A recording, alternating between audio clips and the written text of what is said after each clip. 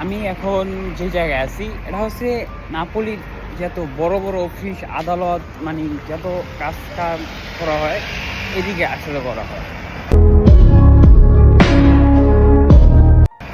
যেমন আমি পার্সোনালি এদিকে অনেকবার আসছি। আমার নিজের যখন ডকুমেন্ট ছিল না তখন আমার নিজের অনেকবার আসতে হয়েছে। যে একটা অফিস আছে, যেমন এই অফিসটার নাম হয়েছে সিজিএল অফিস। এই অফিসটা থেকে এই নাপোলির যত ক্যাম্প আছে ওই ক্যাম্পগুলা কন্ট্রোল করা হয়। আমার ক্ষেত্রে একটু অন্যরকম হয়েছে। আল্লাহ নিজে নামে আইসে আমার দয়া করছে, এই কারণে হয়তো আজকে ডকুমেন্ট এত তাড়াতাড়ি পেয়ে গেছি।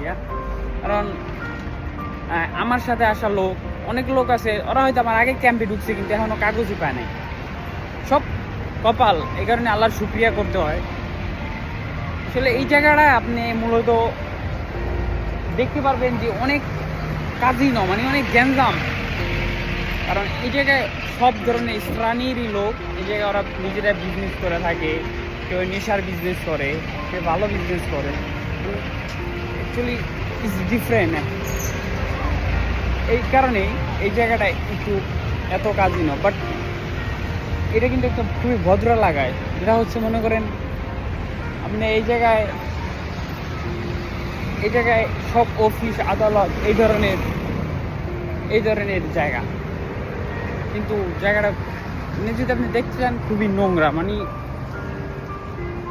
বললামই তো আগে, মানে অন্য টাইপের লোক এদিকে বসবাস করে। কারণ যারা নেশা, এই জায়গাটা খুবই ভয়ানক জায়গা। যেমন আমি ব্যক্তিগতভাবে আমি নিজেই ভয়ে আছি যে কখন আমার ফোন নিয়ে না টান দেয়। আর এই জায়গাটা যারা গাড়ি চালায় আমার মনে হয় না ওরা কখনো মায়া দেওয়া করে। ওরা দ্বীপ দাপ গাড়ি ঢুকাই দেয়।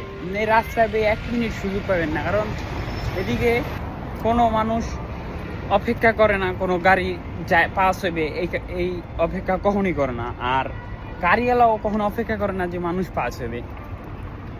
এই জায়গাটা খুবই একটা ডেঞ্জারাস জায়গা, মানে যে কোনো জিনিস। কারণ ইতালিতে মূলত সব কিছু ফ্রিলি, নেশা বা যাই বলেন আপনি, সব কিছু পুলিশের সামনেও করতেছে, কিন্তু পুলিশ কিছু বলতেছে না। কারণ এটাই ওদের নিয়ম, এটা ওদের কালচার। আপনি একটা কন্টেন্ট ক্রিয়েটারের সবসময় দেখবেন যে ভালো ভালো জিনিস ও ভালো ভালো দেশে ঘুরতেছে, ভালো ভালো জায়গায় ঘুরতেছে, ভালো ভালো খাবার খাইতেছে।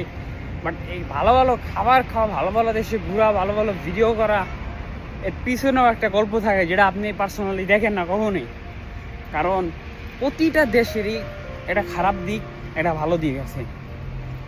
আপনি বলতে পারবেন না যে এই দেশের ভালো দিক আছে কিন্তু এই দেশের খারাপ দিক নাই, আর এই দেশে খারাপ দিক আছে। যে আপনি যত উন্নতি দেশে যান সব জায়গায় দেখবেন একটা একটা জোন থাকে যেটা খুবই ডেঞ্জারাস। আসলে যারা কন্টেন্ট ক্রিয়েটর আছে ওই জায়গায় ভিডিও করতে গেলে ওরা সবসময় মনে করেন একটা আতঙ্কের ভিতরে থাকে।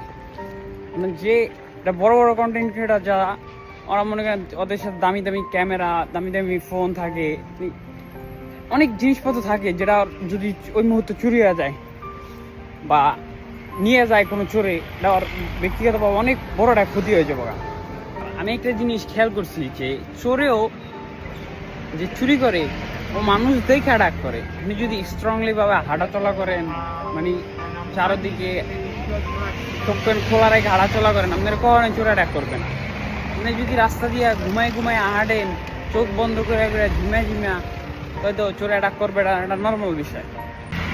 আর এই বিদেশ জীবনে আমার সাথে কখনই মনে হয় না চোরে কিছু অ্যাটাক করছে বা কিছু টান দিচ্ছে বা কিছু নেওয়ার চেষ্টা করছে। আমার সাথে কখনই মনে হয় না, আশা করি কখনই মনে হইব না।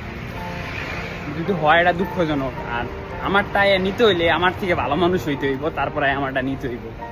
কারণ ও আমার একটা কিছু নিয়ে যাবো, আর আমার জান থাকতে এটা আমি ছেড়ে দিব, এটা কখনই সম্ভব না।